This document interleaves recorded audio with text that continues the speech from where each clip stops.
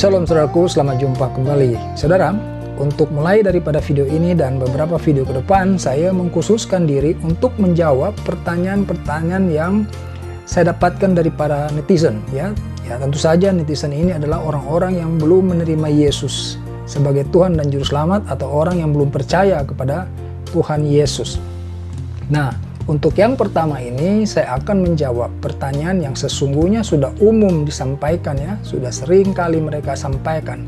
Tetapi tidak apa-apa, mudah-mudahan jawaban saya ini membantu orang ini, orang yang menyampaikan atau orang yang mempunyai kegalauan, ya, kebimbangan tentang ketuhanan di dalam kekristenan.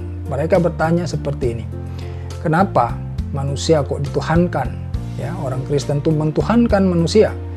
Atau kalau misalnya Allah ingin menyelamatkan manusia, kenapa juga Allah harus menjadi manusia? Kan bisa saja Allah dengan kekuasaannya langsung saja menyelamatkan manusia tanpa harus menjadi manusia dulu. Saudaraku, tentu saja Allah itu punya aturan-aturan, ya. Allah itu bukan Allah yang semena-mena, ya, atau Allah yang sewenang-wenang gitu, ya. Jadi saudara jangan berpikir karena Allah Maha Kuasa maka dia berlaku atau bersikap, bertindak secara membabi buta, ya. Dia harus bertindak di dalamnya mengandung keadilan, ya, mengandung kebenaran, ya, karena dia adalah Allah yang suci, yang kudus, sehingga setiap keputusan dari Allah itu tidak akan mungkin lagi digugat, bukan karena kita takut menggugatnya, tetapi Allah sudah melakukannya dengan begitu sempurna, sehingga tidak ada celah buat kita menggugat keputusan-keputusan daripada Allah. Nah, mengenai pertanyaan, benar nggak orang Kristen itu menjadikan manusia sebagai Tuhan? Saya bisa pastikan saudara, itu keliru, ya. Itu cuma pendapat orang-orang sinis, ya, orang-orang yang sengaja memunculkan argumentasi itu untuk mengaburkan fakta dan sejarah. Saudara perlu ketahui bahwa mengenai Yesus ini bukan saja tercatat di dalam kitab suci orang Kristen atau kita sebut Alkitab, tetapi juga ada tercatat di dalam buku-buku sejarah, ya saudaraku. Nah, saya akan munculkan satu dalil, ya, yang memberikan penjelasan kepada saudara bahwa orang Kristen ini sesungguhnya tidak menjadikan manusia sebagai Tuhan atau tidak mentuhankan manusia. Di dalam Lukas 2 ayat 11 saudaraku, ya, Lukas 2 ayat 11, sana ada firman Allah melalui malaikat berkata demikian, pada hari ini telah lahir bagimu juru selamat, Kristus Tuhan di kota Daud. Perhatikan saudara, ya, pada hari ini telah lahir bagimu juru selamat, Kristus Tuhan. Kristus ini kan Yesus, ya. Jadi Yesus ini adalah juru selamat dan Tuhan. Kemudian ada lagi di dalam Yohanes 14 ayat 6, ya, Yohanes 14 ayat 6. Di sana Yesus sendiri yang mengatakan, ya, bahwa akulah jalan dan kebenaran dan hidup. Ya, tidak ada seorang pun yang datang kepada Bapa, ya, kalau tidak melalui aku. Ya, akulah jalan dan kebenaran dan hidup. Tidak ada seorang pun yang datang kepada Bapa kalau tidak melalui aku. Saudara, ini perkataan Yesus. Ya. Kemudian di dalam Yohanes 14 ayat 7, ya, ini yang akan lebih menegaskan kepada saudara, ya. Di sana dikatakan demikian. Sekiranya kamu mengenal aku, ya, sekiranya kamu mengenal aku, maksudnya kamu mengenal Yesus, ya, pasti kamu juga mengenal Bapakku. Sekarang ini kamu mengenal Dia, Yesus, ya, dan kamu telah melihat Dia. Yesus ini kalau saudara ingin tahu lebih jauh, Dia adalah Firman yang menjadi manusia, ya. Saudara perlu ketahui bahwa Allah itu mempunyai firman, ya. Dengan firman itu Allah menciptakan segala isi dunia ini, ya, menciptakan langit, bumi, dan seisinya.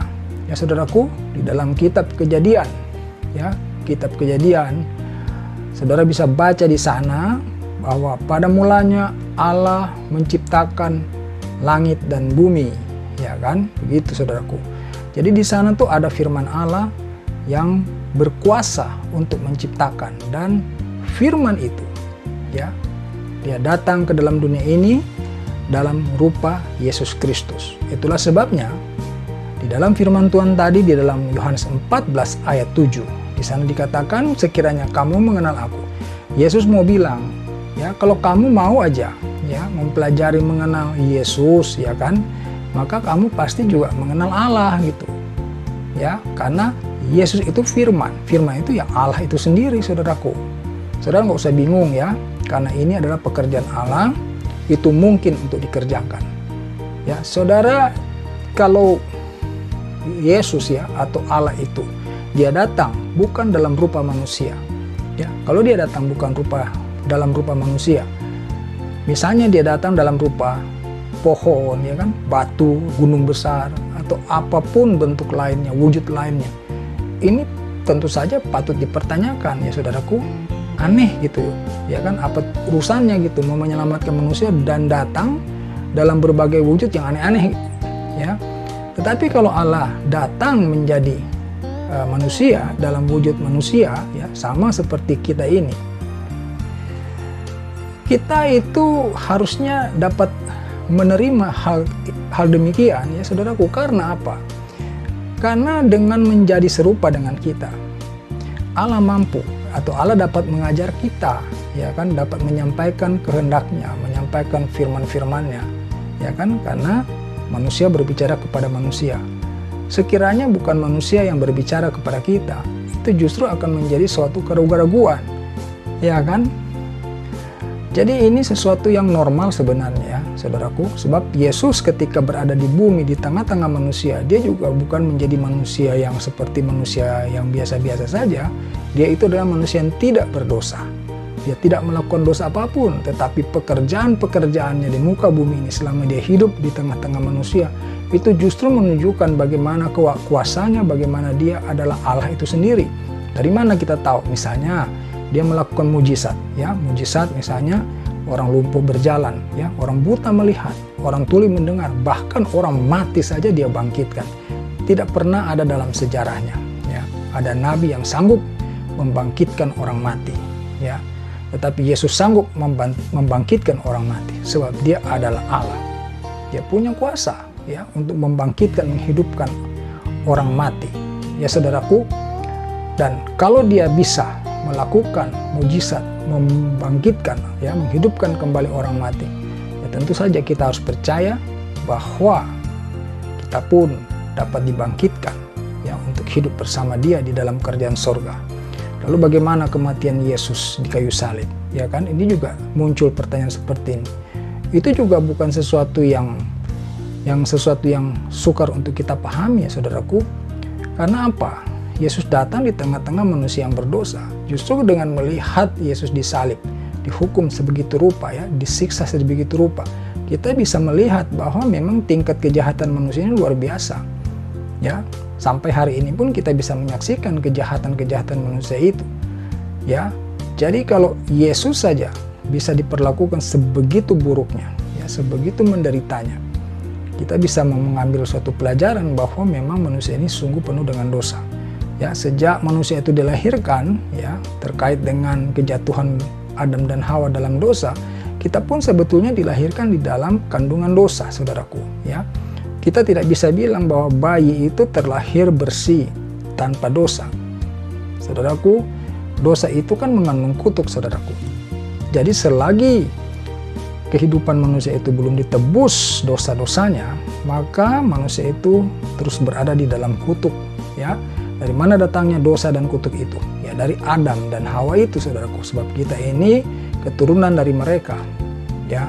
Jadi bersyukurlah, saudaraku, ketika Yesus datang ke dalam dunia ini, dia mengorbankan dirinya, ya, untuk menebus dosa kita, supaya kita terlepas, terbebas dari dosa dan kutuk itu, saudaraku. Nah, kalau kita sudah terbebas dari dosa dan kutuk itu, tentu saja hidup kita itu merdeka, ya. Kita merdeka, saudaraku. Merdeka bukan berarti kita dapat berbuat sesuka hati, bukan, ya. Karena apa? Ketika kita hidup di dalam kandungan dosa, ya, di dalam diri kita ada dosa, kita sebetulnya hidup di dalam tekanan ketakutan. Sebab apa? Ketika saudara mati, saudara akan dibangkitkan tetapi untuk disiksa di dalam api neraka. Karena dosa saudara tidak ada yang menebus. Tetapi ketika Yesus, ya, yang kita terima sebagai Tuhan dan Juru Selamat, Dia menebus dosa kita, maka kita akan terbebas. Ya, kita tidak lagi akan dituntut oleh karena dosa-dosa kita, baik dosa keturunan, dosa masa lalu, dan dosa apapun. Ya, bahkan kita diberikan kemampuan untuk berbuat baik, saudaraku. Ya, kita hatinya diperbaharui, sehingga banyak sekali orang-orang yang dulu misalnya ketika dia belum menerima Yesus, hatinya gampang panas, ya, sukar untuk mengampuni orang. Tetapi ketika dia menerima Yesus, hatinya berubah. Dia menjadi lebih sabar, dia bisa menerima kekalahan atau hinaan, ya. Dia bisa mengampuni karena memang Yesus mengajarkan demikian. Yesus berkata, "Ampunilah musuhmu, ya. Jangan membalas kejahatan dengan kejahatan. Ya, berdoalah, berkatilah musuhmu." Ya, dan itu kita mampu kerjakan. Karena apa? Kita sudah ada di pihak Allah, ya. Karena Yesus itu membuat kita dipindahkan dari hidup yang gelap kepada terangnya Yesus Kristus, dan kita diberikan Roh Kudus, ya, untuk mampukan semuanya itu, saudaraku. Jadi saudaraku, ini adalah tentang firman Allah, ya. Saudara, kalau terus-terusan mau menggugat, ya, kenapa begini, kenapa begitu, memang tidak akan ada puasnya, karena saudara terus berada di luar pagar, ya. Saudara harus masuk, ya, ke dalam firman Allah itu, baru saudara akan dibuat mengerti. Saudara, yang mempunyai sorga itu Allah, ya kan? Nah, bagaimana mungkin kita sebagai manusia dapat mencapai sorga itu, ya? Saudara pahami baik-baik kalimat saya ini. Bagaimana saudara, ya, yang menentukan cara untuk selamat? Apakah bisa Allah yang punya sorga tapi saudara yang nentuin skenario keselamatan itu? Ini yang mesti saudara pikirkan baik-baik. Jadi kalau Allah mengutus anaknya, ya, atau mendatangkan Yesus ke dalam dunia ini, atau firman Allah itu menjadi Yesus Kristus sebagai penebusnya, ini kan skenario Allah. Dia berhak, saudaraku, menentukan cara kita untuk diselamatkan. Justru aneh gitu kalau saudara terus berupaya dengan caramu sendiri untuk mencari keselamatan itu. Bagaimana mungkin yang punya surga Allah kok saudara yang menentukan caranya? Kan tidak bisa begitu, saudara. Saudara yang punya rumah, ya, saudara harus kasih tahu kepada saya alamatnya di mana supaya saya bisa tiba dengan tepat. Kan begitu. Nah, itulah Yesus Kristus. Dia datang di tengah-tengah manusia, ya, sampai hari ini, ya, sampai hari ini kita bisa membaca firman-firman-Nya. Ya, itu sebagai alamat, saudaraku, sehingga saudara tahu ketika saudara mengikuti Yesus, saudara tahu alamat surganya di mana. Ya, saudaraku, jadi kita tidak sedang berbicara agama sebenarnya, ya. Karena agama itu tidak dapat menyelamatkan. Tidak semua orang beragama Kristen itu pasti selamat, ya, tetapi mereka harus percaya kepada Yesus, melakukan perintah-perintah yang Yesus perintahkan. Itulah keselamatan. Jikalau kamu menerima percaya pada Yesus Kristus sebagai Tuhan dan Juru Selamat, maka engkau harus melakukan perintah-perintah Dia, ya, dan itulah jaminan keselamatannya. Tidak ada kuasa apapun yang dapat merebut saudara dari tangan Yesus Kristus yang saudara taati itu, saudaraku, ya. Jadi saudara, jangan ragu-ragu, ya, jangan saudara lagi membenturkan satu agama dengan agama yang lain, ya. Dari dulu, ya, Allah mengutus nabi, bukan agama yang dibuat Allah, ya. Allah mengutus nabi-nabinya itu dengan tujuan untuk manusia kembali kepada Allah, ya, saudaraku. Allah tidak mendirikan agama, jadi sangat salah, saudara. Di dalam kerinduan saudara untuk menerima Juru Selamat atau menerima keselamatan, saudara terus mempersoalkan agama, saudaraku. Saudara tidak akan pernah ketemu jalannya, ya. Makanya saya selalu bilang, sekiranya Yesus ini berada bukan di agama Kristen, tetapi di agama lain, sebutlah misalkan agama A, ya saya akan beragama menjadi agama A karena Yesus itu. Kalau Yesus itu adanya di agama B, ya saya akan beragama B. Jadi agama itu bukan tujuan saya. Saya tidak bertujuan untuk menjadi agama Kristen. Tetapi karena Yesus ada di dalam agama Kristen, maka saya kemudian secara tidak suka atau suka, saya menjadi orang Kristen.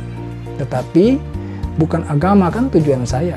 Ya, saya menjadi orang Kristen karena saya mengikut ajaran Yesus Kristus. Saya mau percaya Dia sebagai Tuhan dan Juru Selamat. Saudaraku, jangan lagi saudara bimbang, ya, jangan pernah bimbang, karena apa yang saya sampaikan ini sungguh-sungguh berdasarkan firman Tuhan, ya, yang saya sampaikan kepada saudara di awal di dalam Lukas 2 ayat 11, ya, di dalam Yohanes 14 ayat 6 dan 7. Itu adalah firman Allah, ya, firman Tuhan. Kalau saudara tidak dapat menerima kebenaran dari firman Tuhan itu, terus saudara mau selamat bagaimana lagi? Ya saudaraku, di tengah-tengah dunia ini, ya, saya membaca sensus, ya, semacam sensus. Saudara bisa buktikan di dalam Wikipedia, bisa searching di Google, ya.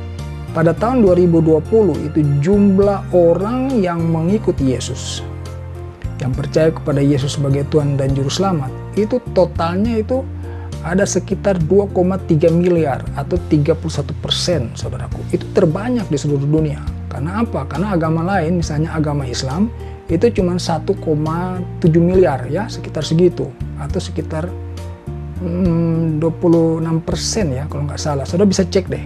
Pokoknya agama Kristen atau pemeluk agama Kristen atau pengikut Yesus, orang yang percaya kepada Yesus, itu jumlahnya terbanyak di seluruh dunia, saudaraku. Jadi saya sedang sampaikan firman Tuhan yang memastikan kepada saudara, jikalau saudara ingin selamat, saudara harus terima Yesus Kristus sebagai Tuhan dan Juru Selamat. Saudara bukan harus menjadi orang beragama Kristen, ya. Saya sudah sampaikan tadi, saya betul-betul harus tegaskan ini, bahwa ketika saudara menerima Yesus, ini tidak berbicara agama, ya. Sekali lagi saya sampaikan bahwa Allah dari dulu, ya, mendatangkan nabi bukan agama. Jadi kita tidak memilih agama, saudaraku, untuk keselamatan. Kita memilih siapa, ya, yang diutus Allah sebagai Juru Selamat kita. Dan saya sudah menemukan Dia adalah Yesus Kristus. Saudara jangan terlambat, saudara, ya. Jangan saudara ragukan mengenai ini. Kalau saudara masih ragu, ya, saudara bisa menghubungi nomor WhatsApp yang ada di deskripsi, atau saudara langsung membeli Alkitab atau download di HP dan saudara baca sendiri. Ya, saudara bisa mulai dari diri sendiri membacanya, download, ya, Android di Play Store ada. Ya, saudara bisa download dan membacanya. Atau saudara bisa bertanya langsung, ya, untuk segala keraguan-raguan atau kekurang pahaman saudara, ya. Karena kita sedang berbicara tentang firman Tuhan, kita berbicara tentang Allah, maka jangan pernah ada di dalam hatimu kebusukan, ya. Kebusukan itu apa? Ya, saudara mau mencari-cari kesalahan, mencari-cari kelemahan. Saudara harus ingat, saudara ini manusia, jangan mencari kesalahan Allah, karena kalau Allah mau cari kesalahan kamu begitu banyak kesalahannya, dosamu tidak terampuni kecuali engkau menerima Juru Selamat yang disediakan Allah. Paham ya saudara, ya? Jadi dengan renungan ini saya sangat berharap hari ini juga saudara tidak ragu lagi dan mau menerima Yesus Kristus sebagai Tuhan dan Juru Selamat saudara. Terima kasih saudara sudah mendengarkan renungan ini. Haleluya.